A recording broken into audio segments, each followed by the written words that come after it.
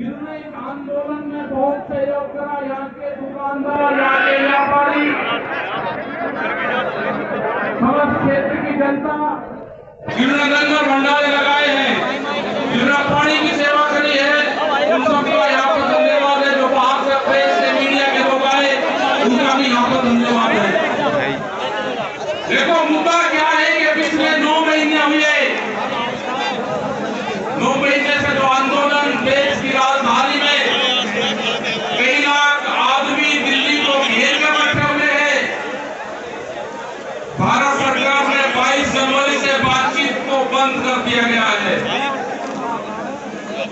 आंदोलन में जो हमारे शहीद किसान हुए करीब 650 से ज्यादा, हमारे जितने भी बॉर्डर हैं, हमारे शहीद किसान वहां पे हुए। प्रधानमंत्री भारत सरकार ने एक भी जवाब ये नहीं दिया कि हम 1 मिनट का मौन धारण करेंगे। ये समझना पड़ेगा आप लोगों को, ये समझना पड़ेगा आप लोगों को कि जिस तरह से यहाँ पे देश की प्रॉपर्टियां बेची जा रही है, ये लोग कौन है जो देश के संस्थाओं को बेच रहे, इन लोगों की पहचान करनी पड़ेगी। देश में बड़े बड़े आंदोलन ये चलाने पड़ेंगे। आज तो संयुक्त मोर्चा ने फैसला लिया है, उसके तहत हमको बड़ी बड़ी मीटिंगें पूरे देश भर में करनी पड़ेगी।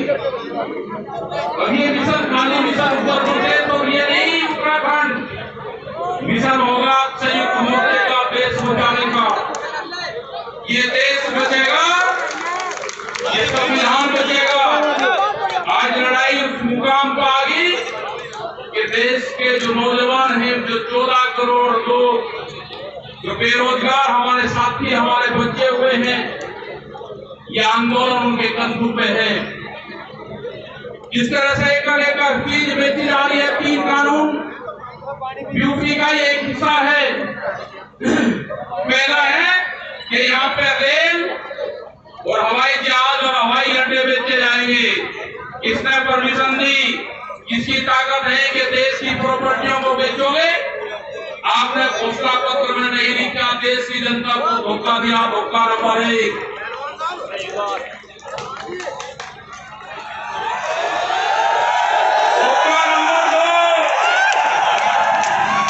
धोखा नंबर 2, बिजली बेचेंगे, प्राइवेट करेंगे बिजली को।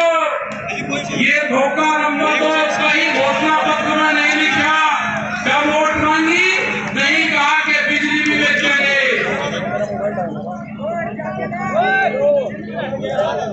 ये सड़क बेचेंगे, पूरी सड़कों पर टैक्स लगेगा और एनएच के आसपास 500 मीटर तक अपनी कोई चाय की दुकान और गुमटी भी नहीं लगा सकता। अगर किसी ने चाय का खोखा रखा तो वह जमीन उसकी गांव समाज में नहीं होगी। ये सड़कों को बेचने का काम करेंगे। ये देख लेना क्या क्या चीज बिक रही है। सेल फॉर इंडिया का बोर्ड देश में लग चुका है।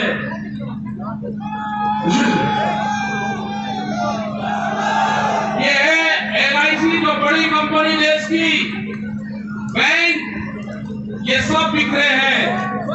इनके खरीदार कोई और नहीं है, खरीदार अडानी और अंबानी है। ये बिक रहे हैं सब।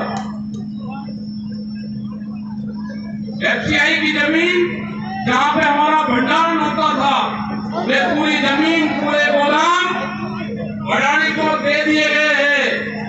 पूरी FCI के जो गोदाम है अडानी के कब्जे में है। आपके पास में, भारत सरकार के पास में कोई भी गोदाम अब नहीं बचा है।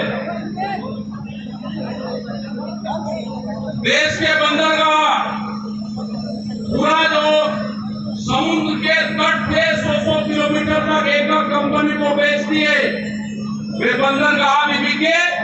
ये भी आपको जानकारी होनी चाहिए। वहाँ पे जो मछली पालन किसान हमारा था, जो नमक का किसान हमारा था, सब खत्म हो गए। बड़े बड़े बंदरगाह वहाँ पे बिक चुके हैं।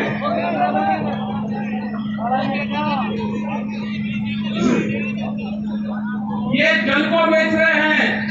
जल का पूर्ण रूप से प्राइवेट कंपनियों को नदियां बेची जा रही है। जो नदियां, जो जल हमारी जीवन रेखा होती थी, उनको बेचने का काम पूरे देश में करा जा रहा है।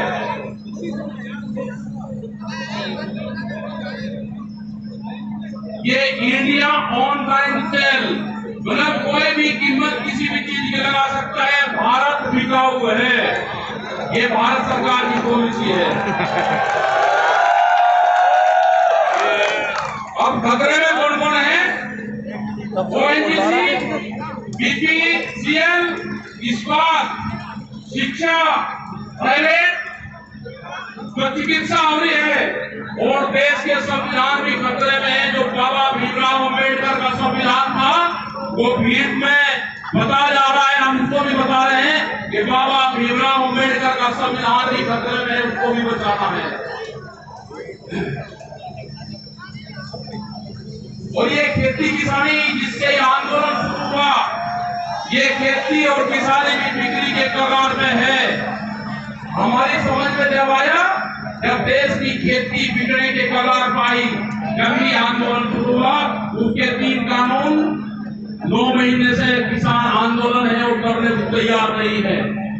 आज हालात ये है कि आपका 10 साल पुराना आगे के 10 साल पुराना ट्रैक्टर नहीं चलेगा, वो भी इसी में आता है। आपको बैंक में कर्जा आप दुगना ले लो, आपको बैंक दुगना कर्जा दे देगा। आपको बैंक कहेगा कि गोल्डन कार्ड बना दिया, आप कर्जा ले लो, फसलों के भाव नहीं आपको देंगे।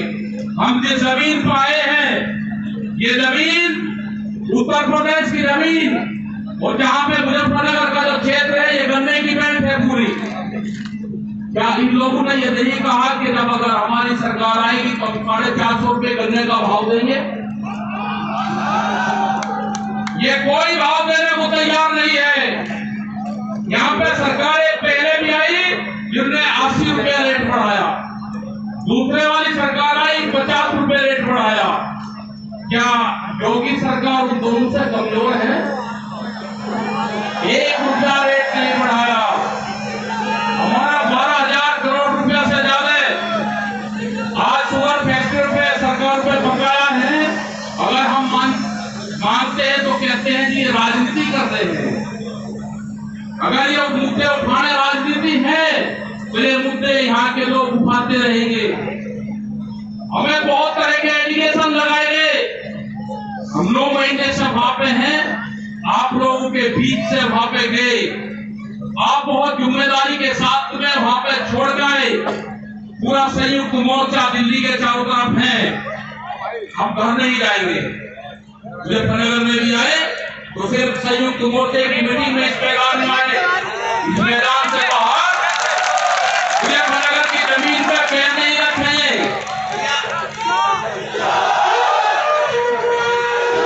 यहाँ पे मुजफ्फरनगर की जमीन पे हम पैर नहीं रखेंगे, हम गाड़ी से यहाँ से वापसी जाएंगे। जब ये आंदोलन फतेह होगा, इस किसान और देश के जवान की जीत होगी, तभी हम यहाँ पाएंगे। अत्याचार बहुत है, यहाँ पे पुलिस फोर्स के लोग भी होंगे, यहाँ पे पुलिस फोर्स के लोग हैं, उनकी सैलरी 25 और 30,000 रुपए है, ड्यूटी में 24 घंटे देंगे।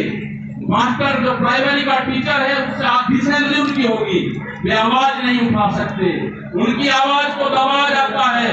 उनका जो क्वार्टर है वो 500-600 फीट में है, उनके क्वार्टर बड़े बड़े, उनकी सैलरी भी टीचर के बराबर उनकी सैलरी होगी। वे ड्यूटी देते हैं 24 घंटे। जितने भी सरकारी कर्मचारी है उनकी पेंशन खत्म करोगे। एमपी एमएलए की पेंशन लोगे 2-2 दिन, कर्मचारियों की पेंशन खत्म करोगे। आप देश में प्राइवेटाइजेशन करोगे तो रोजगार खत्म होंगे। हमारी समझ में एक बात नहीं आई, जो बड़ी बड़ी कंपनी 67,000 और 1 लाख करोड़ रुपया सरकार का देकर भाग जाती है, उन्हीं को फिर बड़े बड़े संस्थाएं बेच रहे हैं। वो पैसा कहाँ जा रहा है? अगर पूरे हमारे संस्थाओं के रेल में बिक्री है, रेल के 4.5 लाख कर्मचारी बेरोजगार हो गए। मैंने जो सफाई कर्मचारी है उनसे बातचीत करी, रेलवे के या किसी भी नगर पालिका के हो, 5 और 6,000 रुपए में वे सफाई कर्मचारी धार्मिक समाज के लोग नौकरी करेंगे यहाँ पे। अगर ठेका पड़ता होगी तो रोजगार जाएंगे। अगर प्राइवेट कंपनी के हाथ में ये कंपनी आ जाएगी, इस तरह से रेलवे गई, 4.5 लाख कर्मचारी बेरोजगार होंगे। जो रेडी पटरी के लोग अपना रोजगार चलाते थे, वे 4.5 करोड़ लोग हैं, वे बेरोजगार होंगे। बड़ी बड़ी एमोलियन जैसी कंपनी आ रही है जो इस देश में व्यापार करेगी, इस देश में बहुत खुलेंगे। वे हमारे मजदूर भाई कहाँ जाएंगे? ये उनकी भी लड़ाई है। ये लड़ाई जितनी भी संस्थाएं बिक रही है उसकी लड़ाई है। और आप आगे की और हम बात बता देना चाहते हैं, ये लड़ाई शुरू हुई 3 काले कानून से। ये लड़ाई शुरू हुई एमएसपी पे गारंटी कानून से। हमने एक ही जिले का एक डाटा भारत सरकार को दिया, यहाँ उत्तर प्रदेश के अधिकारियों को दिया, यहाँ के मुख्यमंत्री को दिया। रामपुर जिले में जो मंसूरी धान की खरीद होती है, जो बिहार में पैदा होता है, उसको बेच रहा है यहाँ पे। वो पंजाब जाता है, हरियाणा जाता है। बड़े व्यापारी का धान फसलें एमएसपी में बिकती है, किसान की फसलें 15% बिकती है। यह आपको समझना होगा। वो लोग से फसलों के दाम नहीं तो वोट नहीं, ये नारा लगाना पड़ेगा। फसलों के दाम नहीं तो वोट नहीं। जब तक इस सरकार को वोट की चोट नहीं दोगे, ये दोनों बाहरी लोग हैं, इनको यहाँ से जाना होगा। अमित शाह, मोदी और योगी ये चुनाव जीत का है, ये उत्तराखंड से चुनाव जीत के प्रधानमंत्री बने, कोई ऐतराज नहीं।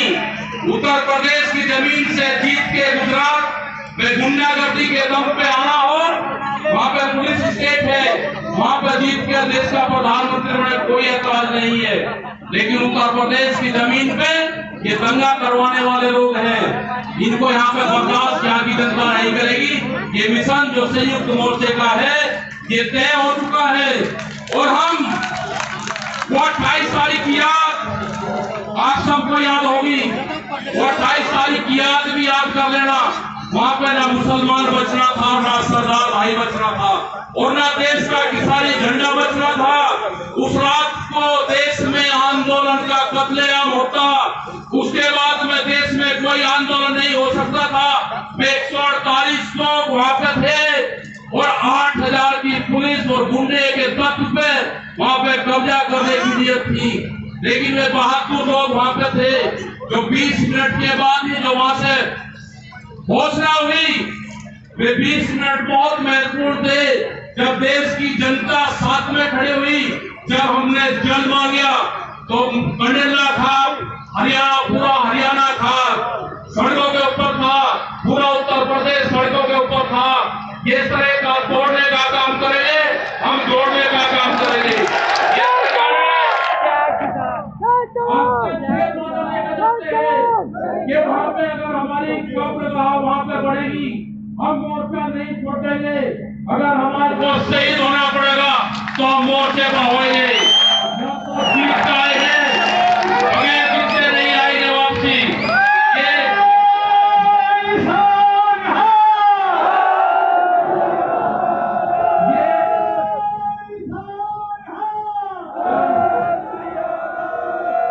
इस तरह की अगर सरकारें देश में होगी तो ये दंगे करवाने का काम करेगी। पहले भी नारे लगते थे जब टिकैत साहब थे, अल्लाहू अकबर,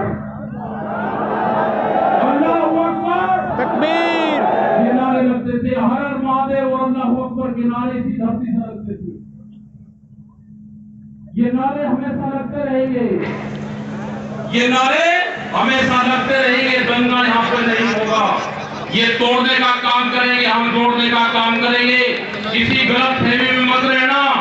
ये देश हमारा है, ये प्रदेश हमारा है, ये जिले हमारे हैं। आप तैयार रहना। ये कहते हैं कि लाल किले पे किसान गया, अगर लाल किले पे नहीं, किसान तो घर जाता तो पार्लियामेंट में जाता जहां पे कानून बने हैं। लाल किले पे धोखे से लेके गए हैं आप हमको, हमारे लोग नहीं गए। धोखे से लेकर आप लोग गए हैं। क्या कोई देश की एजेंसी है कि जो उसको जांच करते हैं? क्योंकि कोई एजेंसी बोलने को तैयार नहीं है। पूरे देश पे इनका कब्जा हो चुका है, पूरी एजेंसियों पे। देश में कैमरा और कलम पे बंदूक का पहरा है। कैमरा और कलम पे किसी प्रेस की हिम्मत नहीं कि वो किसान के पक्ष में दिखाते, निगेटिव दिखाते हैं वो प्रेस के लोग। तो इन सब लोगों का आपको ध्यान रखना है। ये आंदोलन जारी रहेगा। वो 28 तारीख की जो काली रात है उसको आप याद करते रहना। हम वहां से हटेंगे नहीं, किसी भी कीमत पर वहां से जाएंगे नहीं। देश के नौजवानों का रोजगार का सवाल है। 450 रुपया क्विंटल गन्ने का भाव की बात करी थी, वो चाहिए हमको फसलों पे एमएसपी की गारंटी चाहिए। प्रधानमंत्री ने कहा कि 2022 में फसलों के रेट दुगने होंगे, आमदनी दुगनी होगी। 3 महीने की बात रहेगी है। 1 जनवरी से बिकने वाली फसलें दुगने रेट पे बेचेंगे, ये प्रचार हम करेंगे। हम जाएंगे देश की जनता के बीच में, पूरे देश में संयुक्त मोर्चा आंदोलन करेगा। और हमने बार बार कहा कि हमारे पंच भी यही है, हमारा मंच भी वही है। आपने बात सुनी, ये 20 लाख से ज्यादा लोग मुजफ्फरनगर की जमीन पाए। इन सब का बहुत बहुत धन्यवाद। सभी वॉलंटियरों का धन्यवाद। अभी हमारे कुछ लीडर रह रहे हैं, आप उनकी बात सुनोगे। धन्यवाद। जय हिंद, जय भारत।